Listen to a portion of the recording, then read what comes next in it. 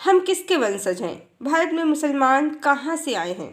Hello friends, हम किसके वंशज हैं? जैन धर्म 500 ईसा पूर्व, बौद्ध धर्म 600 ईसा पूर्व से है। यहूदी धर्म लगभग 4000 साल पुराना है। यहूदी धर्म से ही ईसाई धर्म की उत्पत्ति हुई है। इस्लाम धर्म 613 ईस्वी के आसपास से है। इस तरह बौद्ध धर्म इनमें सबसे पुराना है। जैन धर्म और बौद्ध धर्म भारत से ही उत्पन्न हुए हैं, जबकि यहूदी, ईसाई और इस्लाम मिडिल ईस्ट से उत्पन्न हुए हैं। बौद्ध धर्म भगवान बुद्ध के अनुयायियों द्वारा चलाया गया है। अन्यथा भगवान बुद्ध के पिता एक हिंदू राजा ही थे, जिनका नाम सुद्धोधन था, और भगवान बुद्ध जिस कुल में जन्मे थे वो कुल भगवान राम का ही वंशज माना जाता है। पर सनातन कहीं या हिंदू, इतना ही हमारा इतिहास नहीं है। एक अयोध्या तो भारत में है, पर एक अयोध्या थाईलैंड में भी है, जिसे अयोध्या कहा जाता था। थाईलैंड के अंतिम शासक वंश को राम कहा जाता है, और श्याम का देश थाईलैंड का पुराना नाम है। थाईलैंड में रामायण बहुत प्रचलित है। रामायण को वहाँ रामकियन कहते हैं, जो थाईलैंड की राष्ट्रीय पुस्तक है। और विभिन्न दक्षिण पूर्व एशियाई देश जैसे इंडोनेशिया, मलेशिया, कंबोडिया सब पर रामायण का पूर्ण प्रभाव है।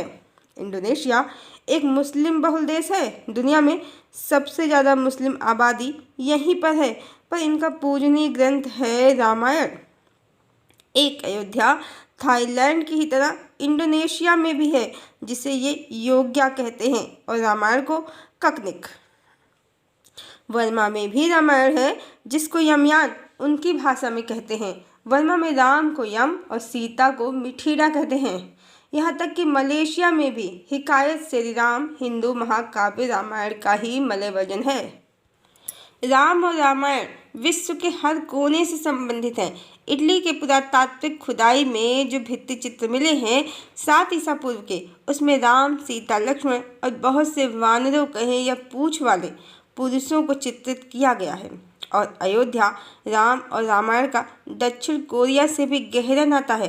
अयोध्या के राजा पद्मसेन और रानी इंदुमती की पुत्री राजकुमारी सूर्य रत्ना का विवाह कोरिया के शासक किम सूरो से हुआ था।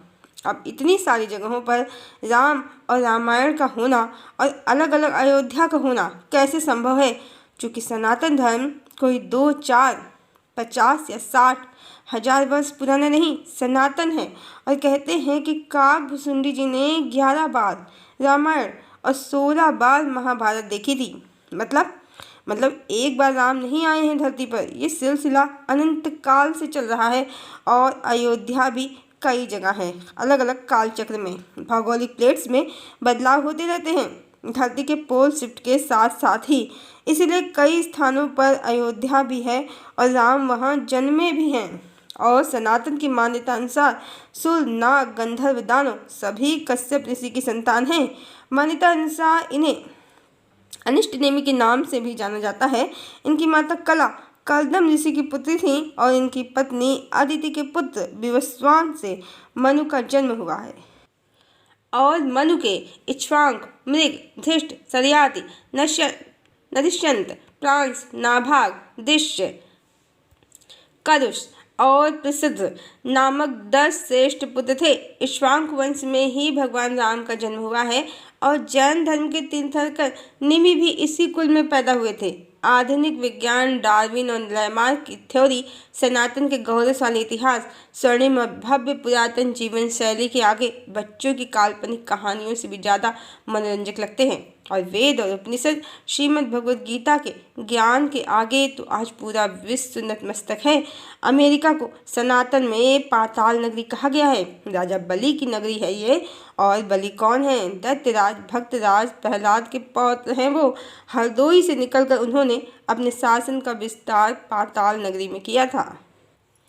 पहले से ही पुरातन काल से ही सनातन ही एकमात्र समस्त जगत में रहा है, और इसका केंद्र भारत ही है।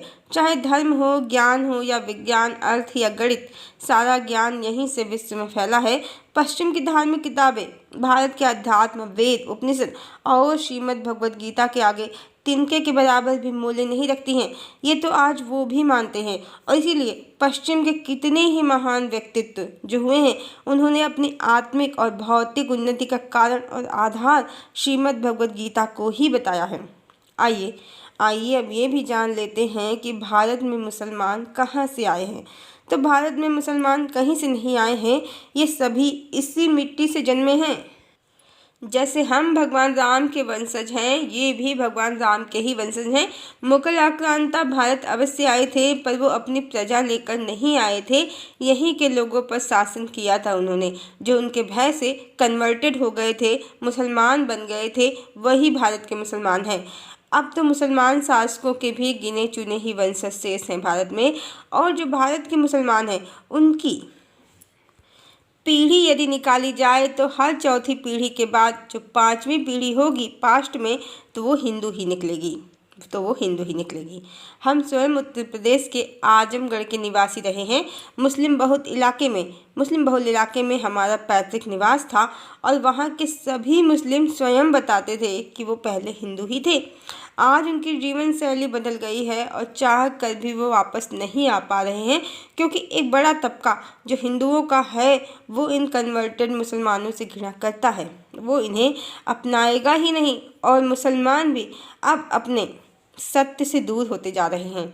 अन्यथा हमारा पैतृक निवास जिस क्षेत्र में था वो मुस्लिम बहुल ही था, और हमारे पिता एक धार्मिक व्यक्तित्व थे जो हर रविवार को वहाँ के मुख्य काली मंदिर में गायत्री हवन का कार्यक्रम कराते थे।